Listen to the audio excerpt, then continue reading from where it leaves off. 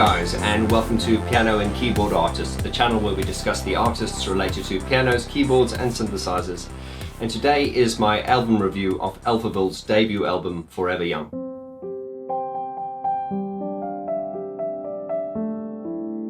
Alphaville's debut album, entitled Forever Young, was released on the 27th of September 1984, and the producers were Colin Pearson, Wolfgang Lewis and Andreas Budd.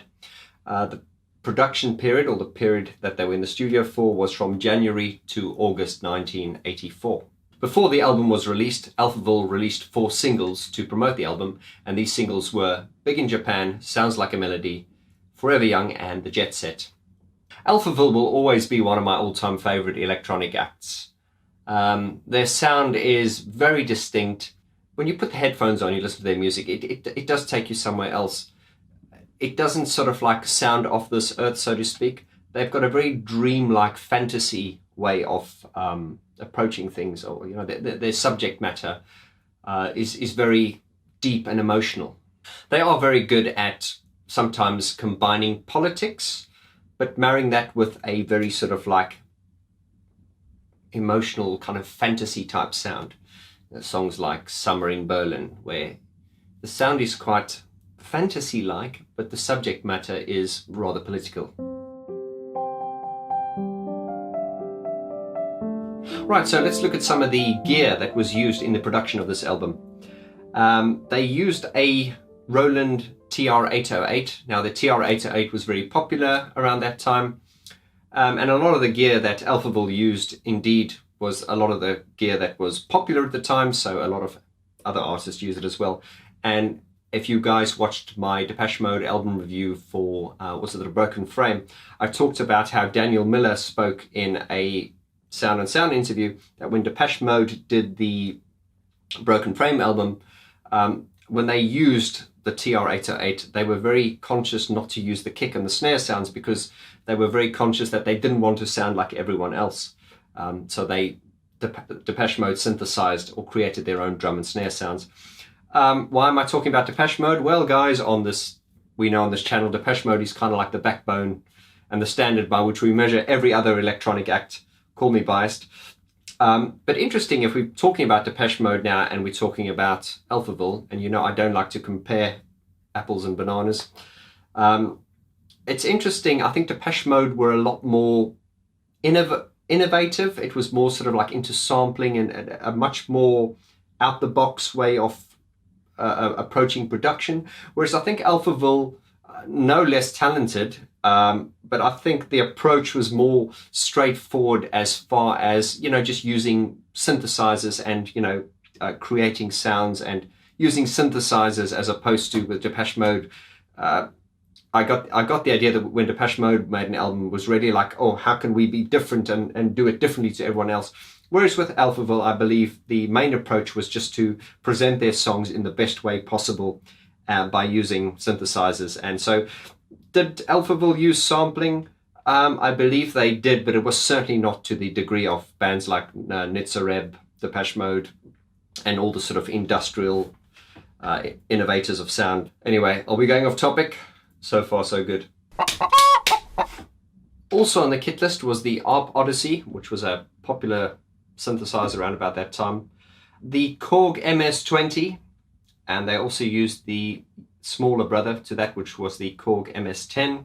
They also used the Wave PPG 2.3, which was one of the first digital synths, and as you know, this synthesizer was very renowned for its sort of crystal clear sort of bell sounds. It's got a very distinct sound, and you can hear this synthesizer on pretty much every song as well. Another Roland addition was the Roland System 100M. Also, the Roland Jupiter 8 was also on the kit list. A very rare piece of gear they used as well was the Selena string synthesizer. Now, I've personally never had the privilege of playing or seeing one of these, and I'm quite fascinated if you guys could contribute. If one of you've got one, just let me know what it sounds like. And finally, the Simmons SDS. Simmons SDS, one of the first sort of drum modules which could replace acoustic drums, and that was, they had a very distinct look. The pads had these like hexagon shapes, and you could plug that into this module and you could play them as you would drum triggers or drum pads.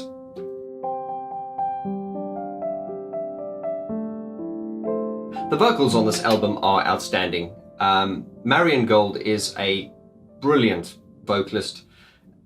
You know, whether it be a single or an album, I can't think of a song where I didn't love Marion Gold's voice. And what's great about Marion Gold's voice is he seems to mean every word he says. He's got a really, really distinct voice, and he has an incredible vocal range. He can sing from really low to very high, almost to like male soprano.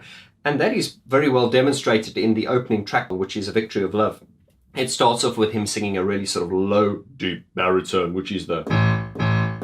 He goes, waiting for a change in the weather. I'm waiting for a shift in the air. The great thing about that song is it starts off really sort of deep and small and sort of droning and claustrophobic, where he's singing in this really deep chest voice. I'm waiting for a shift in the air. Could we get it together?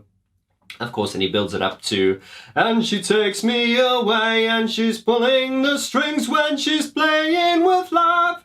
And then he gets to, she's playing with love. And as he gets to the end chorus, he goes, ah, she's playing with love. So he demonstrates in that opening track his tremendous vocal range, how he can go from very low to very high. Marion Gold's voice is very rich, it's very subtle, it's powerful, it's dynamic, it's very emotional, it has a lot of colors. He can sing from a deep, dark timbre or tone all the way to male soprano, and the transition from the low notes to the high notes in his voice is flawless. He's a great singer. I've always really, really rated Marion Gold. There was always something about Marion Gold's voice that reminded me of Morten Harket from a-ha's voice. Just that sort of ease and that sort of like how they're able to sort of, you know, sing right through their range and execute those sort of higher head voice notes, but still have power and sort of clarity to them. You know, very, very sort of clean, pleasing to the ear type voice. So all in all, the vocal performances in this album cannot be faulted. From beginning to end, Marion Gold delivers outstanding vocals and superb performances.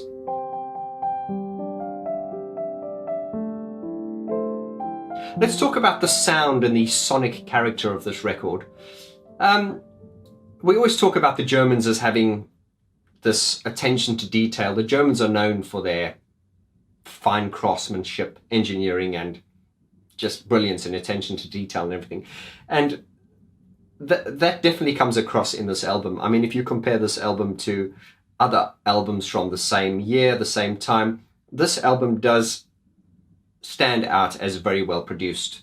The attention to detail, the use of stereo, the placement of sounds, how every sound fits really well into its, you know, it's part of the frequency spectrum. Getting really geeky now.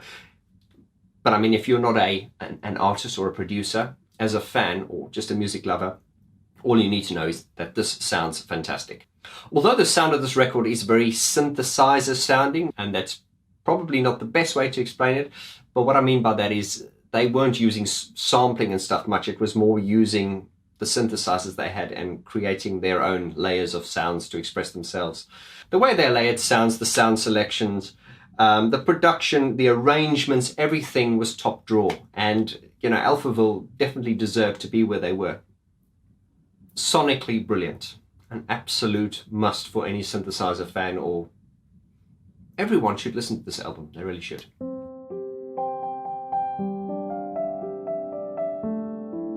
Right, so let's have a look at the track listing of this album. It goes straight on into A Victory of Love, as I demonstrated earlier. It's a very sort of claustrophobic. It really grabs your ear and you really get attention to it, because it's really like...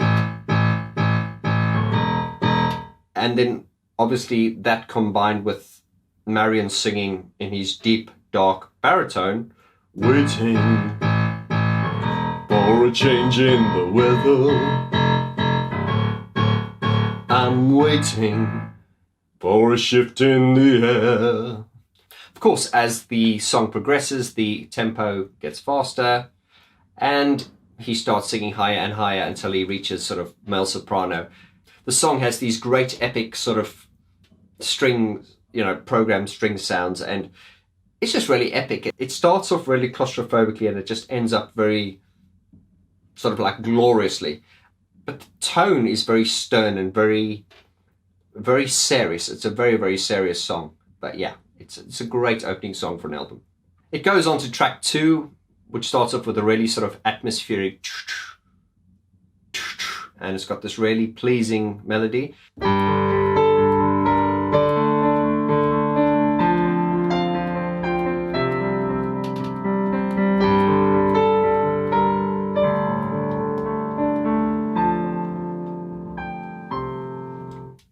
That opening melody is really sweet. It's sweet but not cheesy. It's emotional, and it sets the tone perfectly for Marion to come in with his opening vocal, which is, "This is an invitation and it's just for you." He comes in and it's so soft and so gentle, and "We've got a reservation," in the slightest, softest head voice. And he's brilliant at this, Marion Gold. He comes in, particularly in this song, how he gives just enough vocal intensity to sort of get your attention. And then as he's hooked you, he tells the story. And obviously throughout the song, he kind of builds and, opens up and gives more vocal power. But what's great about Marion Gold is he's telling a story. He is such a great, an incredible storyteller. Not only are there great stories behind his songs, but the way he sings them and the way he uses his voice to sort of, classic example, going back to the first song, "Waiting for a change in the weather," very stern, and then he just, he goes up his range and he really pulls you in. Coming back to this song with that opening vocal, "This is an invitation and it's just for you." Why don't we just leave it at, he just executes it perfectly in a way that he gets your attention. And then as the song builds later on, he just opens up and you're hooked. Now this song is very political and it contains references to the East German uprising in 1953. So once again, perfect example of how he can have a political message, but through the production and the arrangement and the way it's presented, when you're listening to it, it kind of takes you to another world.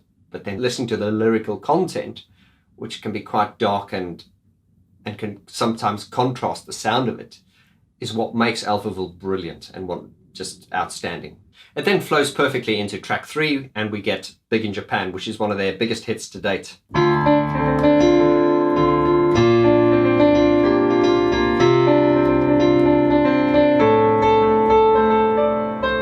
Winter City Side.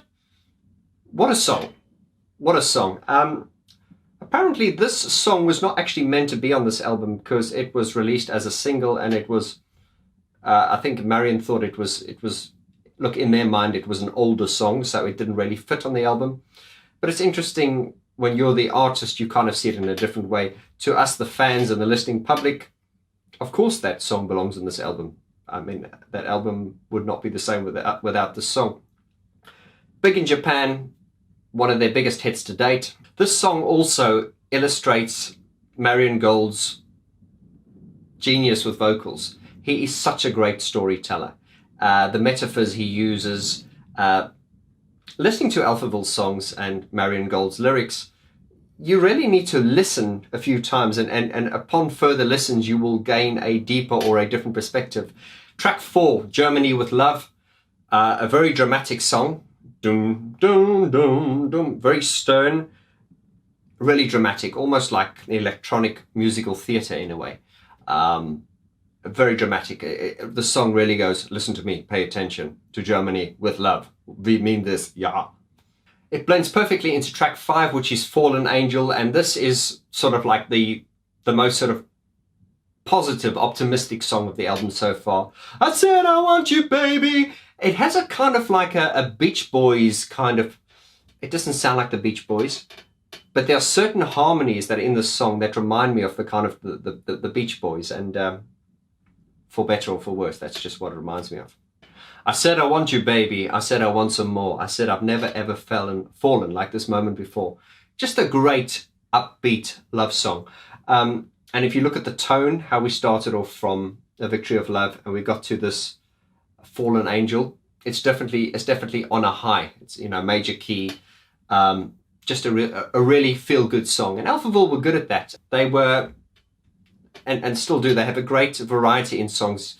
Very emotional songs, very upbeat songs. And they can get poppy, but they can get really poppy and sort of like happy. But they don't sort of ever really get into the cheese zone, which is quite good. The cheese zone. That's a new one. So Alphaville managed to do songs that are happy and positive and upbeat, but they managed to avoid the cheese zone. They then go on to do track 6, which is one of Alphaville's most iconic songs to date. And even if you're not an Alphaville fan, you will know this song. Forever Young is one of the most beautiful pop electronic ballads of all time, as far as I'm concerned. And I think Marion Gold and Alphaville, they must think they must look back at this and think, oh my God, we surpassed ourselves with that one. And Marion does go on to talk about how, you know, at the time, you know, you just write a song and you put it out and you've got no idea that so many years later it would be as famous as it is now. Because Marion talks about how it's played at funerals, and the sentiment of this song. I remember hearing it for the first time when I was a kid and I just fell in love with it. I remember seeing the music video of that family, they were like in a church, and it was just, I have such fond memories of that song. And it's also the song that made me fall in love with the pad sound, which is the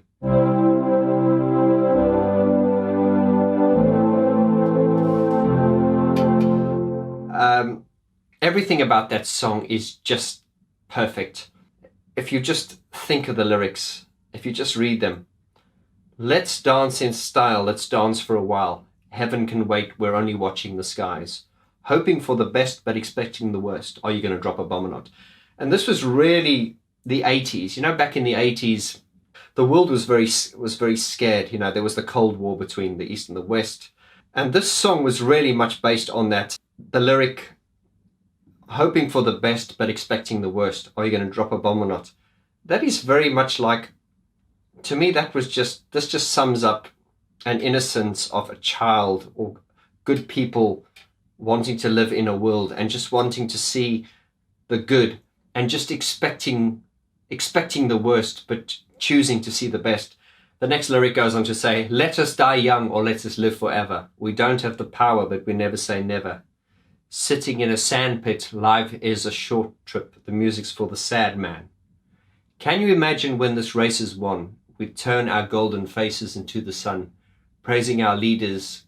When getting in tune, the music's played by the madman. There are so many ways we can look at this, but to me, what that means is it's being innocent in a world, trying to see the good in the world, hoping for the best, but expecting the worst, but choosing to be positive and praising your leaders. But when you get in tune and you realize the music's played by the madman, you realize that the leaders are insane, which we see today. The chorus just being forever young, I want to be forever young. Do you really want to live forever? Forever, who would never? And interesting, Marion talks about when they recorded this song, the original version of the song, it was actually a upbeat track. You know, it wasn't the ballad we got now. Right, so looking back at the Alphaville history, their first single was big in Japan. And then they were going to release Forever Young, but they were never happy with Forever Young because, as I say, Forever Young was not the Forever Young we have now. It was a up-tempo song. Of course, Alphaville was signed to a record label at the time, and they were very famous, and they talk about how, you know, you go from being poor to being in a situation where people just want to throw money at you and you just can't do anything wrong. But the record company executives wanted them to release another song before they put Forever Young out, and this is where Sounds Like a Melody was written. And Sounds Like a Melody, which we'll get to later on, apparently Marion was and the band were so annoyed about this because they wanted to release Forever Young. They were forced to release a song, so they released Sounds Like a Melody. Sounds Like a Melody took them, I think they had the whole song written and done within a couple of days. And rumor has it that they never performed this song live for 15 years because I think Marion kind of developed like a hatred or a disdain for the song because he felt like it was the way they were forced to put out another single. I think in his mind made this song a little bit too corporate for them. Yeah, so I think Sounds Like a Melody was not a favorite of Marion's, but they do perform it these days. But anyway, coming back to Forever Young, they knew they had a good song, but they weren't very, very happy with it. And as legend has it, Marion was telling the story of how their publisher and also one of the producers of this, the man called Andreas Budd, who they called Andy, he was also their publisher, and he was a really grumpy guy. He used to come into the studio, he'd be in his office all day, and then he'd come into the studio once a day when they were working, and he'd like tell them off and go, oh, that's crap, that's not good, or he'd have a go at them, and they didn't like him very much. But anyway, he walked into Andy walked into the studio and he said to them, how is it going with the Forever Young song? That's my generic German voice. And Marion said, oh, well, we're getting there, but we're not quite happy with it. And Andy said, oh, put it on, put it on, turn on the mix. And so they turned the song on, and the Andy guy, he shook his head, he went, and he walked up to the mixing desk and he said, okay, he pulled all the faders down to 0. So once he'd pulled all the faders down to 0, obviously there's no music coming out the speakers anymore. And he said, okay, all I want to know now is where are the strings, the pads, and the vocals? And all he did was he brought up the vocal and he brought up the pad sounds. So as a result, all you had was the...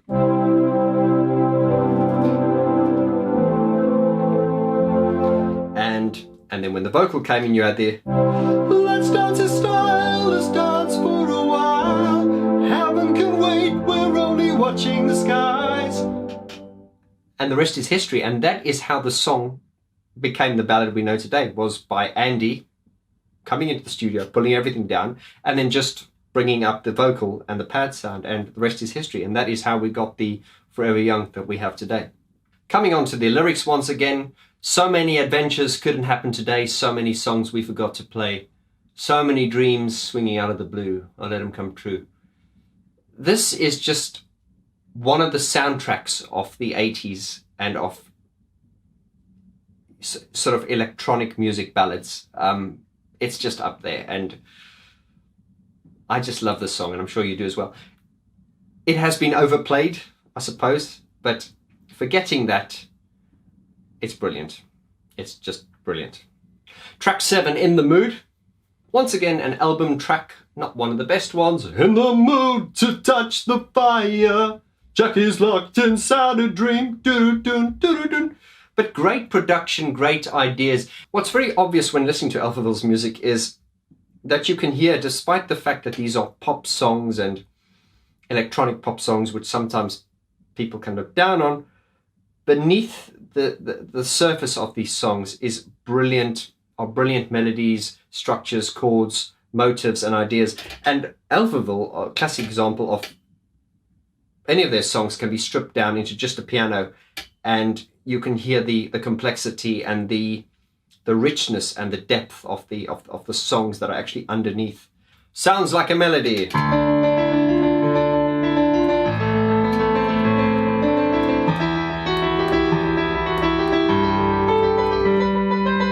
Loads of little melodies.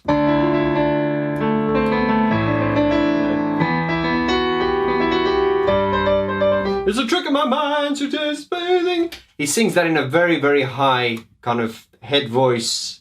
It's a very high-pitched male soprano. The ringing of the laughter, it sounds. Of course, these days it's done a lot differently when they do it live. But anyway, Sounds Like a Melody, classic Alphaville, classic synthesizer pop, and once again the main motive which runs through it, that has become iconic in synthesizer music. Track 9, Lies, is My lies, everything's going to you. Also a very poppy song. It's a little bit like Fallen Angel. Fallen Angel and Lies are the sort of the poppiest songs on this album. Not bad. Once again, the harmonies in that. Watch your smiling while you're fading away. Maybe you think tomorrow's just a joke. The harmonies in that. It reminds me of the Beach Boys. What is smiling while you're fading away? I don't really know the lyrics to this one because it's not one of my favorite ones. But it fits well on the album, and you know, after sounds like a melody. It's kind of like a nice bridge song between that and the final track, which is The Jet Set. As legend has it that this song was written as a jingle for a TV show or something. And I believe, correct me if I'm wrong, the TV show was cancelled, but they decided to release the song anyway. It's a great song. It's very alive. It's very uplifting. It's very glorious. It's like, it is kind of like a grand finale song. And this song, as in with most songs, Marion Gold's vocal just shines. Once again, Marion Gold just knows how to use his voice, and Alphaville, as a few others, illustrates one of those rare moments in pop or in the history of art where just the right combination of the right voice and the right songs and the right sound and the right situation and all come together, and boom, you've got magic.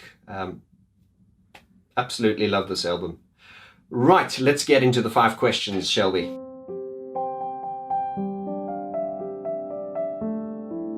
Question number 1. If I had to lose a song from this album, which song would I choose to lose? As I say, to me personally, the 2 least favorite songs of mine would be the Fallen Angel and Lies. But if I was to lose a song from this album, I would lose the song Lies. Question 2, which is the most radical or the most sort of like standout song? Not necessarily my favorite one, but just the one that stands out in terms of, you know, whether it be the production or just something that makes you go, wow. I would probably say Victory of Love to me is that song. Just the way it sort of starts and it goes into that kind of symphony orchestra sound, and yeah, to me it's definitely Victory of Love. Question 3, which song have I listened to the most on this album? Forever Young, definitely. Question 4, what is my favorite song now? And the reason I have this question is because when we own these albums, we usually have the song that we've listened to the most over the years. But then of course, as time changes, we tend to favor different songs over others. But I would still say that my favorite song now is still Forever Young. I've just got a special place in my heart for that song. Question 5, what am I going to rate this album out of 10? You know, as a debut album, I think this was superb. And Alphaville are quite rare in the sense that if you look at how they started with this debut album, it's like they really found their feet from the first album. Once again, not comparing, but if we talk about our friends Depeche Mode, if we look at it took Depeche Mode about 3 or 4 albums in to really found their sound, and then they kind of found their identity. Whereas with Alphaville, you will find that pretty much established and found their sound and their identity very much from the first album. And I love this album, and I'm going to rate it 9 out of 10. Right guys, and that concludes my album review for this first Alphaville video, which was Alphaville's debut album.